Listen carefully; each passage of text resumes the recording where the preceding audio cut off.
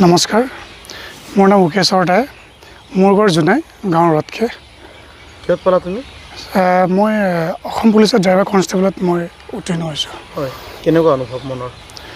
অনুভৱ মানে কি ক'ম, এতিয়া মোৰ ক'বলৈ মোৰ ভাষা নাই। সুদূৰ মই 7 বছৰ ধৰি ইমান কঠোৰ পৰিশ্ৰম কৰি যাতে মানে এইখন বিজেপি চৰকাৰৰ দিনত ইমান সুন্দৰ নিশাভাৱে মানে সেইখন চৰকাৰৰ দিনত মই পাবলৈ সক্ষম হৈছোঁ। কিমান পাৰ আগত ইণ্টাৰভিউ দিছিলে, কি দিছিলে? মই SSC দিছোঁ আৰু MTS দিছোঁ, CGL দিছোঁ। তাৰপিছত অসম পুলিচতো মই 4বাৰ দিছোঁ। হয়, লাষ্ট এই অন্তিম 8 বছৰৰ মূৰত। কিমান বাৰ পিছত তুমি উত্তীৰ্ণ হ'লা? সৰ্বমুঠ কেইবাৰ দিছে? সৰ্বমুঠ 6বাৰ। ছবাৰ পিছত 7 নম্বৰ উত্তীৰ্ণ হৈছে। হয়। কেনেকুৱা লাগিছে?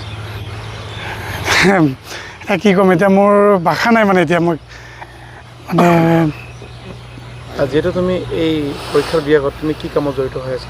হয়, মই জোনাইতে সৰু কৰ্পৰেট ছেক্টৰতে মই জড়িত হৈ আছিলোঁ। গ্ৰেজুৱেশ্যন কমপ্লিট কৰাৰ পিছত 4 বছৰ ধৰি মানে এইখিনিতে মই জড়িত হৈ আছিলোঁ। আৰু এতিয়া তুমি চৰকাৰৰ নাম লিখিব পাৰিলা। তুমি বিশেষকৈ তোমাৰ এই যি যাত্ৰা, এই যাত্ৰাৰ কাৰণে তুমি ধন্যবাদ দিব বিচাৰিবা? পোনপ্ৰথমে মোৰ নিজৰ মা দেউতাক মই ধন্যবাদ জনাব লাগিব, কাৰণ মোৰ সৰুৰ পৰা ইমান মানে একচুৱেলি ক'বলৈ গ'লে সৰুৰ পৰাই মোৰ ডিফেন্সত মোৰ মানে বহুত ইণ্টাৰেষ্ট আছিলে। তাৰপিছতে মোৰ চেনেলৰ যোগেদি মই এইটোৱে ক'ব বিচাৰিছোঁ যে আজি মোৰ ল'ৰাটোৱে সৰুৰ পৰা ধৰক 6-7 বছৰ কাল এখেতে মানে ডিফেন্সৰ চাকৰি এটা পাম বুলি সি বহুতখিনি চেষ্টা কৰিলে। সেইটো বিষয়টো লৈ মই এতিয়া যে আমাৰ এই বিজেপি চৰকাৰখন স্বচ্ছ নিশা যে যিটো নেকি মোৰ ল'ৰাটোক যে এখন এপইণ্টমেণ্ট এটা দিয়া হৈছে, সেইটোৰ কাৰণে মই বহুত ধন্যবাদ। লগতে আমাৰ অসম চৰকাৰ, আমাৰ হিমন্ত বিশ্ব শৰ্মা ছাৰ, লগতে আমাৰ MLA ভুৱন পেগু ছাৰ, লগতে আমাৰ মোৰ গাঁৱৰে এজন মুখ্য এটা জয়ন্ত বডি ছাৰহঁতক বহুত ধন্যবাদ দেৰে মই আপোনালোকৰ চেনেল দি মই সেৱা কৰিছোঁ। আজি আমি অসম চৰকাৰক এটা ধন্যবাদ দিব লাগিব, যিহেতু এটা নিশাভাৱে স্বচ্ছতাৰে যিটো এডিআৰ পৰীক্ষা অনুষ্ঠিত কৰিছে। ইয়াতে আমাৰ গাঁৱৰে আমাৰ বিয়ৈৰ তেখেতো আমাৰ দেৱজিৎ দাই, মোৰ বিয়ৈ কেদাৰ নহয়, তাৰ জ্যেষ্ঠ পুত্ৰ আমাৰ উকেশ্বৰ দায়ে মোৰ নিজৰ গাঁৱত আজি কেইবাবাৰ বেচেৰা চেষ্টা কৰাৰ পাছত আজি অসম পুলিচত তেখেতৰ চাকৰি মানে এপইণ্টমেণ্ট হৈছে।